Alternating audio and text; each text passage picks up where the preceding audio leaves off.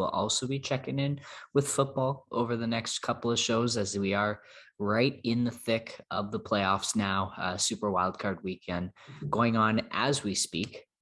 This weekend, the Dallas Cowboys just scoring a touchdown at time of recording here, so drawing near to the 49ers.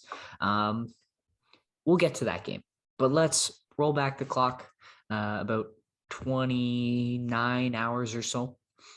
The Cincinnati Bengals and the Las Vegas Raiders kicking off the weekend in style. This has probably been the best game so far out of the weekend until we see if the Dallas Cowboys can make this game close. But a couple of early errors cost the Raiders 6 points to Cincinnati. And really that was the difference ended up being in this game was the Raiders had a couple of untimely mistakes that led to points for the Bengals. And Joe Burrow, I think the main story coming out of this game was he was fantastic. He had this touchdown that looked like he stepped out of bounds, but just threw it before heading out of bounds. The whistle was blown right before the receiver caught the ball in the end zone for a touchdown, an errant whistle because the ref at the time thought he had stepped out of bounds. They ended up ruling it a touchdown, which actually went against the NFL rulebook. If a whistle is blown in error during the play of a game, the down has to be replayed no matter the result. But that call was not made. And so the Bengals get a controversial touchdown.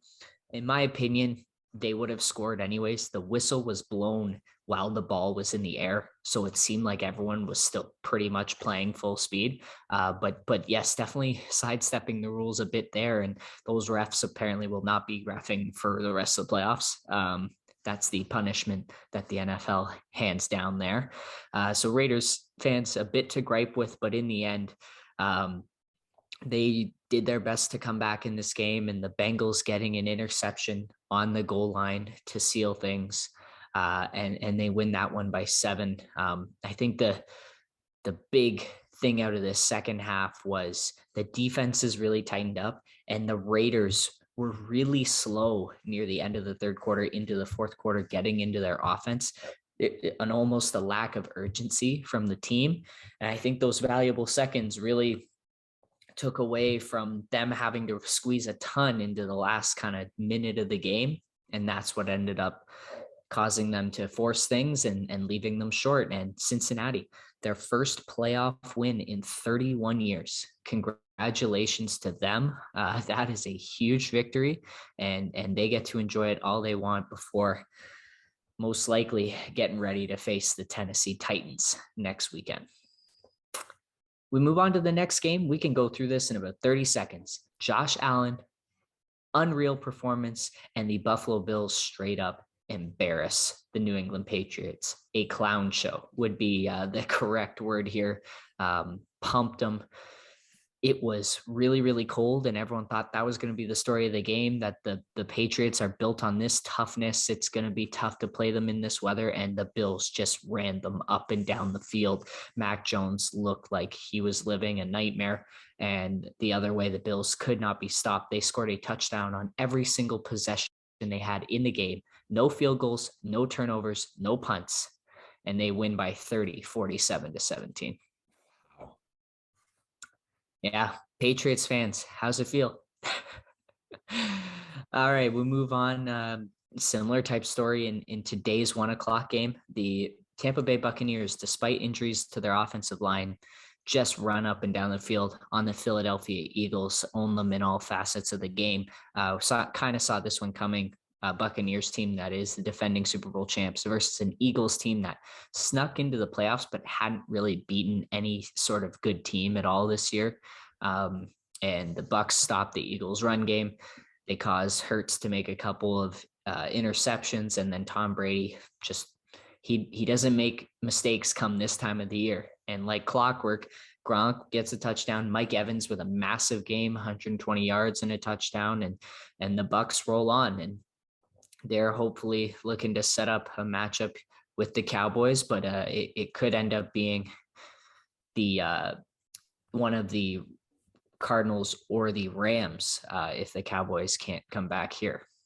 speaking of the Cowboys, on right now, Dallas really killing itself with penalties early in this game, and everything was going San Francisco's way for about 3/4 here. The Niners, I think if you're a team playing the Niners in any future playoff games, you have to choose to receive the opening kickoff, because this Niners team, it seems like every first drive of the game that they have is always at least 15 plays, and they take at least half of the time in the quarter away. Like, they just have such a great game script to start games. And they did so against Dallas, dominated them at the line of scrimmage, and scored the opening touchdown. And then the Cowboys could not find their rhythm. 16-7 at halftime, but probably could have been a lot more for the Niners.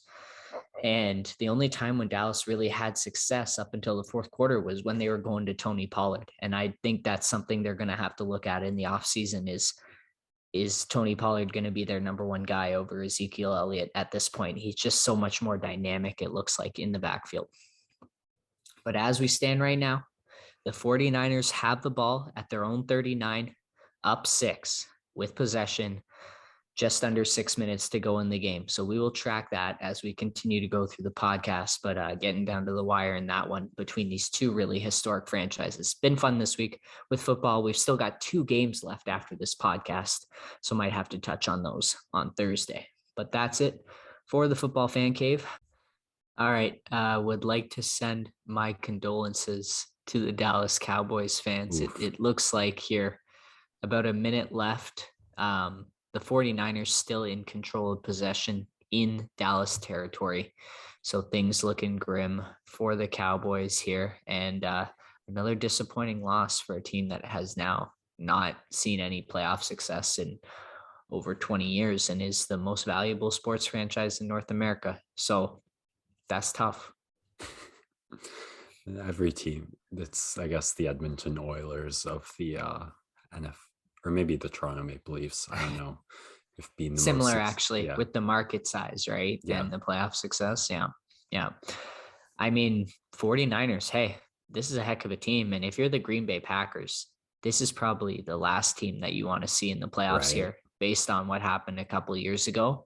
Not a great matchup for them in terms of run offense versus run defense, although I don't know if there's a team out there that can stop Aaron Rodgers and Devontae Adams right now. So will be a really, really fun one. And we'll have our preview for that on Thursday. So, yeah, I guess that's, we're all about wrapped up here. Any more shout outs for you, Max? No, this has been the weirdest ending to a show I think we've ever done. Sports NextDoor signing out.